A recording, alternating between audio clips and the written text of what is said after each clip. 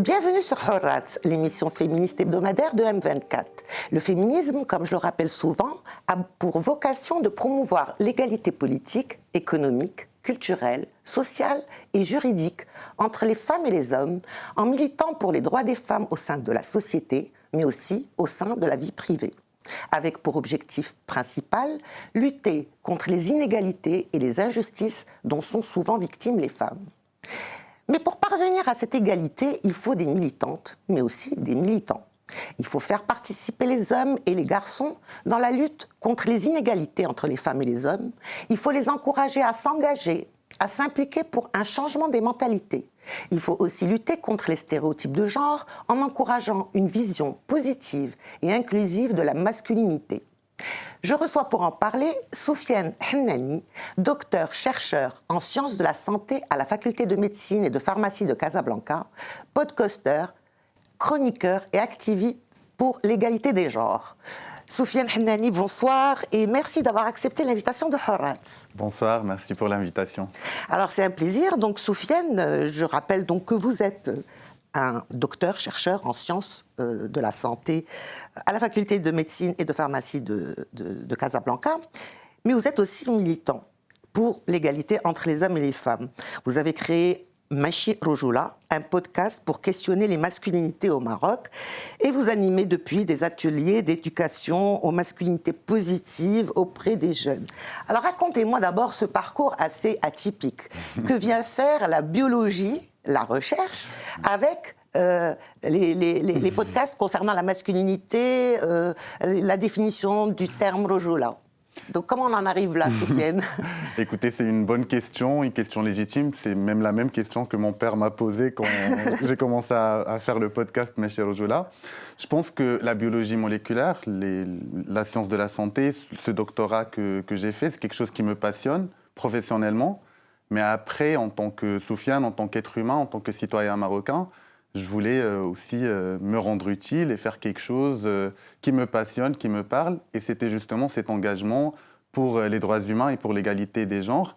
Après, je trouve qu'il y a vraiment des liens entre les deux. Alors lesquels? Je pense que... La biologie moléculaire. Alors moi, j'ai travaillé sur le cancer du cerveau et je pense que quand on parle du sexisme, quand on parle de domination masculine, c'est vraiment des cancers aussi et qui ont besoin d'être diagnostiqués, traités, pensés. On doit faire de la recherche, on doit trouver des choses... des traitements et tout ça. Et pour moi, c'était vraiment la même chose. Donc, ce que j'ai appris à l'université pour faire mon doctorat m'a servi pour réfléchir sur les questions des masculinités. Alors, qu'est-ce qui a provoqué un petit peu, est-ce qu'on peut parler d'un déclic féministe quelque part? Parce que s'intéresser à cette question, elle est très en lien avec le concept d'égalité. Ouais, je pense que c'est une question que je me pose toujours, ce déclic, pourquoi je suis féministe. Et je pense que c'est vraiment le cumul de beaucoup de choses, peut-être l'entourage où j'ai grandi. Je pense aussi mon engagement dans la société civile au Maroc, dans des associations, mais aussi mes lectures. Moi, personnellement, je suis quelqu'un qui lit beaucoup la littérature des femmes. Et je pense que c'est quelque chose qui m'a beaucoup servi pour comprendre les conditions des femmes en général, mais aussi au Maroc. D'accord. Et au sein de votre famille, il y a eu une éducation égalitaire ou alors une préférence parce que vous étiez un garçon? Est-ce que vous avez une sœur, par exemple? Ouais, j'en ai 6. J'en ai 6 que j'aime beaucoup. D'accord. Donc il y a 6 filles. Exactement. Et vous êtes le seul garçon. Le seul garçon. Et puis, alors, ça serait très idéal si je vous dis que j'ai grandi dans une famille voilà, très, très égalitaire parce que voilà, je fais partie de mon contexte, de mon pays, tout ça. Mais je pense qu'il y a eu des fragments, des choses dans ma famille qui m'ont permis de réfléchir sur ces questions et de m'interroger en tant qu'homme. Je crois que cette solidarité féminine, la sororité que j'ai vue... Vous l'avez vécue. Exactement. Que ça soit entre mes sœurs ou entre mes sœurs et moi, je pense que c'est quelque chose qui m'a beaucoup aidé. Et puis aussi, voilà, l'engagement de ma mère et mon père pour notre éducation. C'est une famille engagée, vos parents? Non. Alors, pas directement, mais oui. C'est-à-dire la politique, la société, les enjeux de la société ont fait partie quand même des conversations qu'on aborde tous les jours. Un milieu quand même assez intellectuel, assez engagé. Oui, je pense. C'est un privilège, mais je pense que c'est quelque chose qui m'a beaucoup aidé dans ma vie. D'accord. Alors, vous organisez régulièrement des ateliers de sensibilisation sur les masculinités positives. Alors, que signifie ce concept qu'on entend depuis quelques temps, ça fait peut-être 2-3 ans, c'est un terme qui revient souvent, masculinité positive. Qu'est-ce que c'est? C'est quoi une masculinité négative alors? Est-ce qu'il y a des masculinités négatives? Je pense que la façon la plus simple pour définir ce que c'est une masculinité positive, c'est de dire que c'est ce que devrait être la masculinité en général. C'est-à-dire dans le futur, dire masculinité, ça devrait être équivalent de masculinité positive. Je pense que l'origine du terme vient justement pour dire ce que la masculinité devrait être, parce que la masculinité telle qu'elle est construite aujourd'hui n'est pas positive. Moi, je préfère le terme toxique et je ne trouve pas que c'est péjoratif. Je pense juste parce que justement, la masculinité, elle a ses caractéristiques de toxicité. Après, c'est pas péjoratif parce que si on dit toxicité, il y a aussi la détoxification et ça permet de travailler sur la chose pour la rendre moins toxique. Moi, encore, je fais un lien avec mon parcours. Quand on est à l'université, on nous disait tout est toxique, rien n'est toxique, c'est la dose qui fait le toxique. Et je pense que la masculinité a cette chose-là, c'est-à-dire les hommes, c'est vraiment par rapport au comportement. Alors il y a des comportements qui peuvent être très toxiques, comme le féminicide, tuer des femmes par exemple, et puis qui a besoin d'encore plus de travail. Et puis il y a des comportements aussi qui sont toxiques, mais qui sont liés à l'accès à l'espace public. Par exemple, on parle aujourd'hui de m'explication, les hommes qui expliquent la vie aux femmes. Et voilà. Et donc, je pense qu'en travaillant sur cette masculinité toxique, il y a une possibilité que cette masculinité soit positive et que la société change, tout simplement. Et alors, que signifie justement être un homme aujourd'hui au Maroc? Parce que vous dites souvent que, il n'y a pas une seule façon d'être un homme. Donc, il n'y a pas une vraie définition. C'est un peu comme les femmes, c'est-à-dire nous sommes multiples à l'intérieur de chaque individu. Donc, comment cette masculinité positive permet en fait de lutter contre les inégalités? Ou alors pourquoi la masculinité toxique, qui est finalement une masculinité patriarcale, nuit à l'épanouissement des hommes eux-mêmes? Parce qu'il n'est pas facile pour un homme non plus de dire « Kun rajul », qu'est-ce que ça veut dire?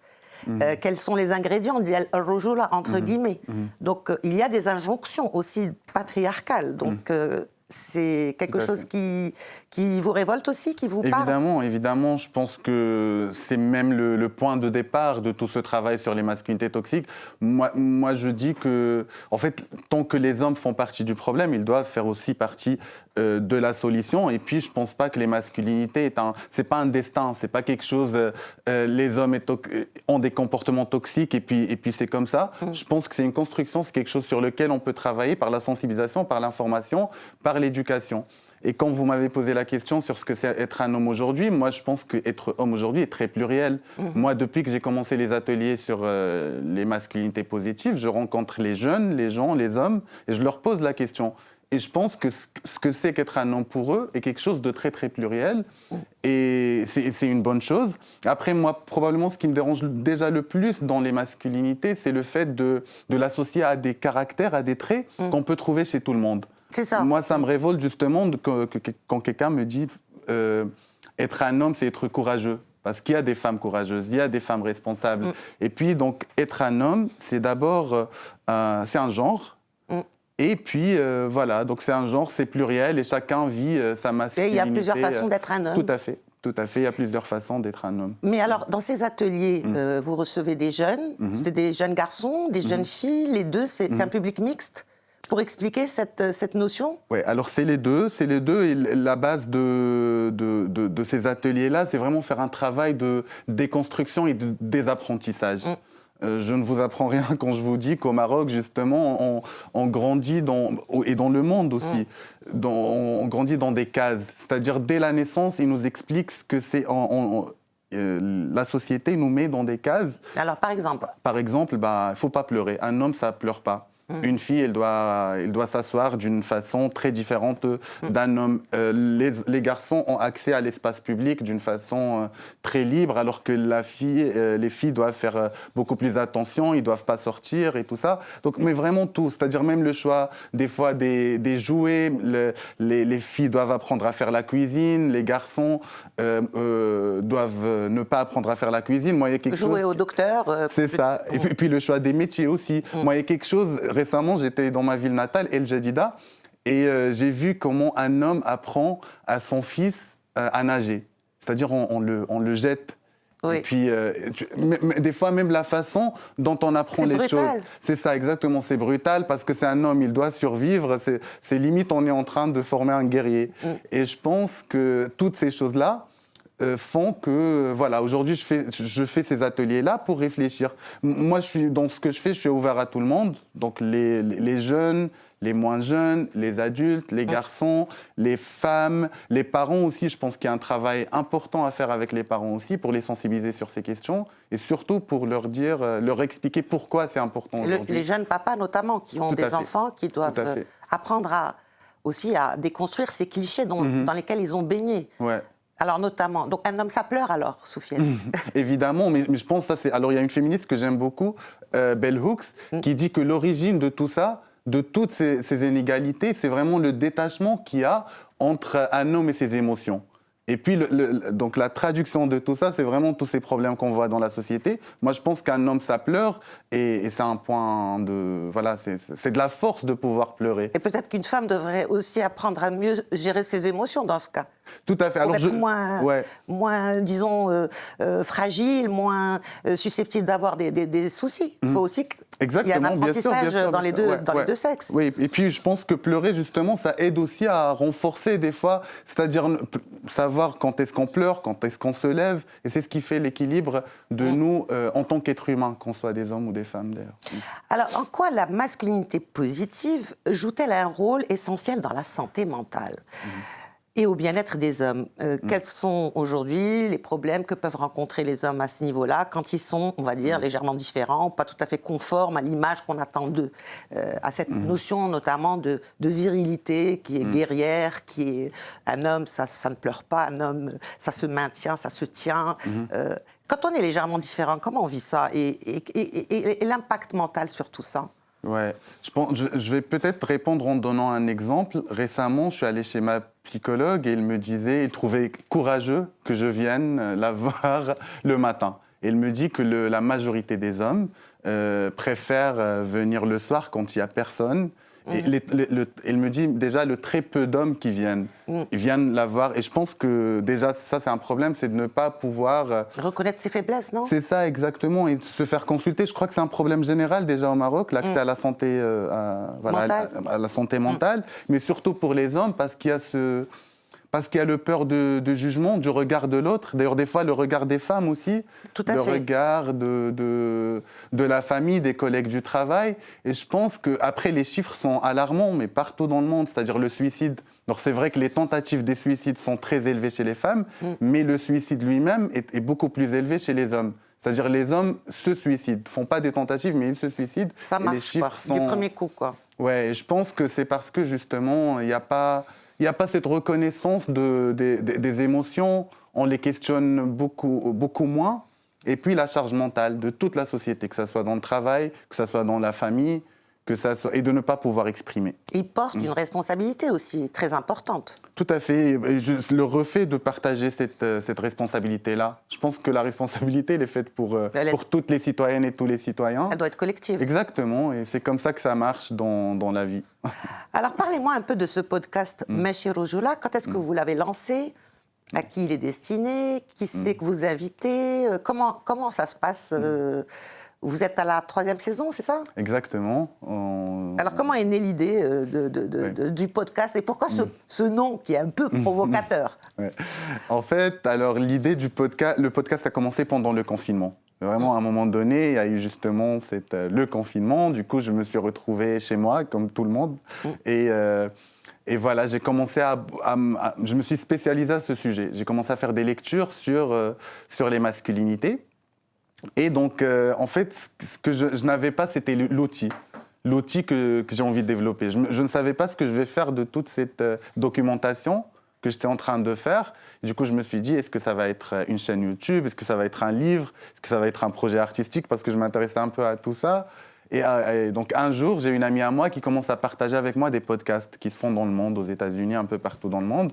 Et donc, à ce moment-là, j'ai fait le lien et je me suis dit, en fait, c'est un podcast sonore. Moi, ce que j'ai envie, c'est vraiment de parler. J'ai quelque chose, j'ai une idée. J'ai un sujet que j'ai envie de partager avec le monde. Et à l'époque, je n'étais vraiment pas à l'aise avec l'idée d'apparaître, d'être visible. Je me suis dit, je vais faire un podcast, ça va être ma voix. Je vais contacter des gens, on fait des interviews et je publie tout ça. Après, quand j'ai commencé à... Je suis tombé sur l'adresse mail de Madame Asma Al-Marabat et je lui ai envoyé un message. Et franchement, c'était vraiment le déclic. Moi, au début, je voulais le faire avec des amis. Et quand elle a dit oui. Exactement, quand elle m'a répondu, elle m'a même dit que le projet était magnifique et tout ça. Et ça m'a donné le courage. J'ai commencé à contacter toutes les personnes qui m'inspirent, qui m'influencent. Et voilà, c'est comme ça que ça a commencé. Au début, c'était vraiment... c'est-à-dire, j'ai appris au fur et à mesure à faire le podcast. Et je pense que ça a eu de l'impact et c'est quelque chose qui me fait... Et ça s'apprend rapidement?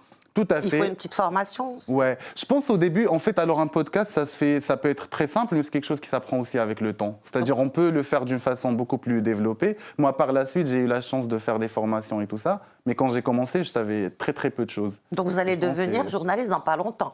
Après, chercheur en biologie, militant pour l'égalité, voilà, on aura peut-être un Sofiane qui sera journaliste engagé aussi. J'espère. En tout cas, c'est un métier très noble et très beau. Je confirme. Alors, par rapport au code de la famille, parce que c'est une émission féministe, comme j'ai dit dans mon introduction, Sofiane, vous avez dit tout à l'heure que les hommes font partie du problème et donc doivent faire partie de la solution. Alors, aujourd'hui, on sait que le code de la famille va changer. Et quelles sont ces inégalités qui vous révoltent, vous en particulier, et qui doivent absolument changer? Et comment faire pour que les hommes s'impliquent et soient convaincus que ces inégalités, finalement, doivent être levées pour le bien de tout le monde, hommes ou femmes, société, famille, enfants? Tout à fait. Je pense que c'est un peu le point de départ. Je pense qu'aujourd'hui, le plus important, c'est d'expliquer aux hommes que ce n'est pas une guerre, en fait. Le féminisme, ce n'est pas une guerre contre les femmes et les hommes, mais c'est vraiment un projet de société égalitaire pour tout le monde. Et on sort tous gagnants et toutes gagnantes de ce combat. C'est vrai qu'on dit un combat, mais c'est quelque chose, c'est un combat légitime et c'est pas... Et je pense que ça, c'est important aujourd'hui pour les hommes, parce que finalement, qui fait ces lois? C'est des femmes et des hommes. Et donc, ces hommes doivent être convaincus de tout cela. Alors moi, effectivement, dans le code de la famille, il y a des choses qui me révoltent. Ça me révolte encore plus quand je rencontre les gens qui subissent ces inégalités-là, que ce soit... la paternité, que ça soit vraiment dans le cas de divorce, comment les enfants finalement c'est eux qui payent le prix de ces injustices-là. Je pense que aujourd'hui c'est très important alors déjà de changer la loi, mais aussi de sensibiliser les gens. Aujourd'hui, moi je prends mon temps, mais vraiment au début c'est quelque chose qui me mettait en colère. Aujourd'hui je prends mon temps à débattre avec un homme pour lui dire on n'est pas en désaccord. On n'est pas en désaccord. En fait, c'est juste qu'il faut comprendre. C'est-à-dire, c'est pas deux projets différents. Il faut juste comprendre la nécessité de ce que nous revendiquons en tant qu'hommes et en tant que femmes. Et d'ailleurs, tout à l'heure, on a parlé de responsabilité. Ça devrait être aujourd'hui une responsabilité partagée entre les deux, que ce soit dans la garde des enfants, dans le cas de divorce. Je pense qu'il y a quelque chose, j'ai lu récemment l'importance de la médiation familiale aujourd'hui. Au Maroc, dans le cas c'est quelque chose dont on parle très peu, et de pouvoir la mettre à la place de ce qu'on appelle la conciliation juridique. Toutes ces choses-là, il faut aujourd'hui les penser. Mais c'est-à-dire, il y a le code de la famille, c'est très important, mais il ne faut pas oublier la sensibilisation, l'information, l'éducation. Pour changer les mentalités. Exactement. Alors justement, qu'est-ce que vous dites à ces hommes qui vont vous dire « Ah non, être un homme, c'est ceci, c'est cela, c'est être viril, ils ne veulent pas bouger ». Comment vous arrivez à les convaincre? Est-ce qu'un homme peut être féministe déjà, à part quelques-uns? Donc comment faire comprendre aux hommes qu'ils ont tout intérêt justement à être féministes, que c'est dans leur intérêt à eux aussi? Qu'est-ce que vous leur dites dans ces cas-là? En fait, déjà par rapport au féminisme, alors moi, je crois que je suis féministe, j'aime le mot féministe et je pense pas que... Mon père me disait toujours, tout titre est taklif laysa tashrif. C'est-à-dire quand je dis que je suis féministe, c'est pas une glorification, c'est vraiment une responsabilité, c'est une prise de conscience. Et si on prend le féminisme comme ça, comme définition, nous devons toutes et tous être féministes. Après, je comprends aussi les féministes qui disent que finalement les hommes n'ont pas des expériences de femmes. Quand on va, moi, je réfléchis beaucoup sur le féminisme, mais quand je marche dans la rue, j'ai une expérience d'homme. Je ne subis pas le harcèlement sexuel. Et ça aussi, je le comprends. Donc j'aime être féministe, j'aime être pro-féministe, j'aime être allié des femmes, allié des hommes justes aussi. Et je pense que, ouais, il y a tout ça. Je pense que c'est ce genre de choses qu'il faut expliquer aujourd'hui aux hommes dans la société, leur expliquer ce que c'est la masculinité, la différence entre masculinité et virilité. Comment vous faites? Qu'est-ce que vous leur dites exactement, si on doit s'adresser aujourd'hui aux hommes qui nous regardent? Aux hommes, en fait, moi, alors quand je fais les ateliers, je laisse la parole à ces hommes-là. C'est à eux de produire l'information, ce n'est pas moi, parce qu'en fait, je pars du principe que je n'ai pas quelque chose à leur apprendre. J'aime pas voir, de toute façon, dans le militantisme, je pense qu'il ne faut pas voir les gens d'en haut, mais vraiment de construire quelque chose. Et l'idée, c'est vraiment de réfléchir sur toutes ces choses-là et en fait, sortir les traits de cette masculinité-là et dire finalement si on est content ou pas. C'est vraiment aux hommes de réfléchir sur cela et puis c'est un exercice très important. Est-ce que c'est quelque chose qu'on a choisi ou pas choisi ? Est-ce qu'on aimerait changer ces choses-là? Et je pense que si on arrive à faire le tri, déjà, ça serait très important pour pouvoir déconstruire. Et surtout, je pense, aujourd'hui, faire la différence. En fait, être un homme, il y a la masculinité, il y a la virilité. D'ailleurs, ça n'existe que chez les... Chez les hommes. Chez les hommes, parce que féminité, on dit... Il y a la féminité, expression féminine. Qui est la féminité. Alors, chez les hommes, on a la masculinité, on a la virilité, qui est une expression de la masculinité, la virilité, mais qui n'est pas la seule. Et je pense que le plus important aujourd'hui, il n'y a pas de problème à être un homme viril, mais juste à être... Viril, c'est quoi, justement? C'est une expression de genre. C'est être courageux. Comme vous avez dit tout à l'heure, les femmes aussi peuvent être courageuses. En fait, le problème de la virilité, c'est vraiment les traits qui sont associés à cette virilité-là. Être viril, c'est vraiment... Pour moi, en tout cas, tel que je la comprends, que ce soit dans le dictionnaire ou quand je lis, c'est une expression de genre. C'est-à-dire, voilà, c'est être masculin, c'est lié aussi à des traits biologiques, mais qui peuvent être... C'est une façon de s'habiller, c'est une façon de parler. Je pense, moi, je m'identifie comme viril et je trouve ça beau. C'est juste être sûr qu'en étant viril, on n'est pas en train d'opprimer les femmes, on n'est pas en train de lever notre voix à une femme, on n'est pas en train d'occuper trop d'espace par rapport à une femme. Et je pense que c'est aujourd'hui le plus important. On peut être viril et juste, en fait. Exactement. Et respecter c'est pas de l'oxymore. Les femmes. Alors, en parlant justement de masculinité toxique, moi, j'aimerais bien aussi qu'on peut parler aussi de femmes, parce que vous avez parlé tout à l'heure des femmes qui n'acceptent pas aussi cette différence, ou en tout cas ce pluralisme qui existe dans ces notions de masculinité, parce qu'il y a pas, on n'est pas tous pareils, on est tous différents, qu'on soit homme ou femme d'ailleurs. Ces femmes-là aussi confortent cette vision un peu patriarcale. Qu'est-ce que vous leur dites aux femmes dans ce cas de figure ? Et est-ce que ces ateliers, donc est-ce qu'il y a des filles qui viennent pour essayer de comprendre elles aussi, ou bien ça ne les intéresserait même pas d'emblée? Oui, ça arrive, je pense que ça arrive déjà pendant les ateliers, peut-être plus rarement, mais sur les réseaux sociaux. Des fois, il y a des femmes en fait qui envoient... Je ne sais pas comment dire ça, mais genre je peux comprendre comment quand un homme attaque, parce que voilà, attaque ce combat-là. Je ne sais pas que je comprends, mais c'est attendu un peu. Voilà, mais quand c'est une femme, classique. Moi personnellement, ça me choque beaucoup plus. J'ai beaucoup réfléchi sur cette question. Je crois que c'est une question qui fâche beaucoup. Mais moi, je pense qu'effectivement, il peut y avoir une féminité toxique, mais son problème, c'est qu'elle est strictement liée à la masculinité toxique. C'est-à-dire, c'est parce qu'il y a une masculinité toxique qu'il y a une féminité toxique qui est un peu gardienne du patriarcat dans la société. Je sais que c'est un sujet qui fâche beaucoup. Il y a beaucoup de... Ouais, c'est-à-dire même dans le combat féministe, aujourd'hui, on en parle beaucoup. Moi, je pense que c'est très visible. Il y a même des expériences très concrètes. Je pense dans la famille, quand des fois, voilà, c'est la maman, c'est la mère qui est la gardienne de ces piliers de patriarcat dans la société. C'est elle qui transmet toutes ces valeurs. Exactement, la transmission des valeurs, la transmission du patriarcat au cours.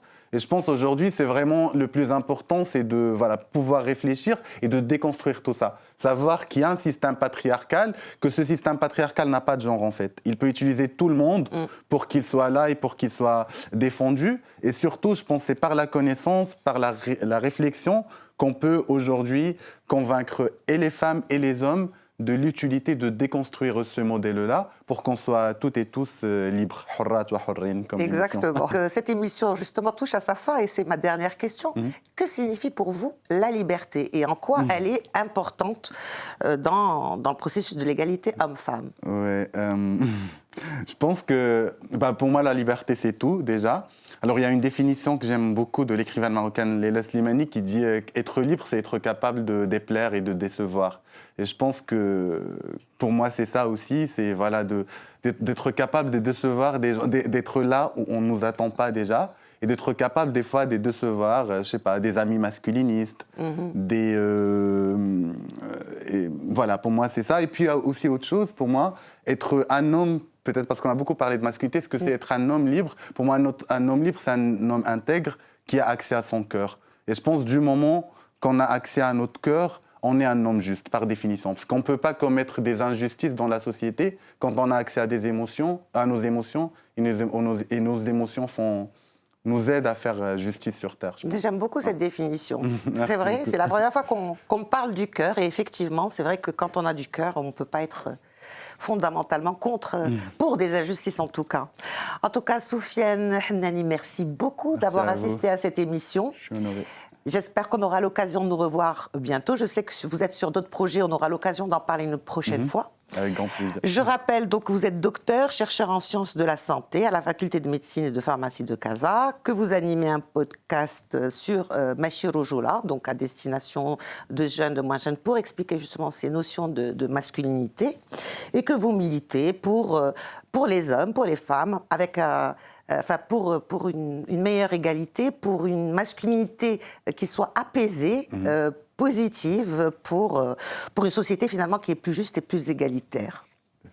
Merci encore. Merci à vous, merci. Quant à vous, chères téléspectatrices et chers téléspectateurs, cette émission est à présent terminée. Je vous donne rendez-vous semaine prochaine, même heure, même endroit. Bonne continuation des programmes sur M24.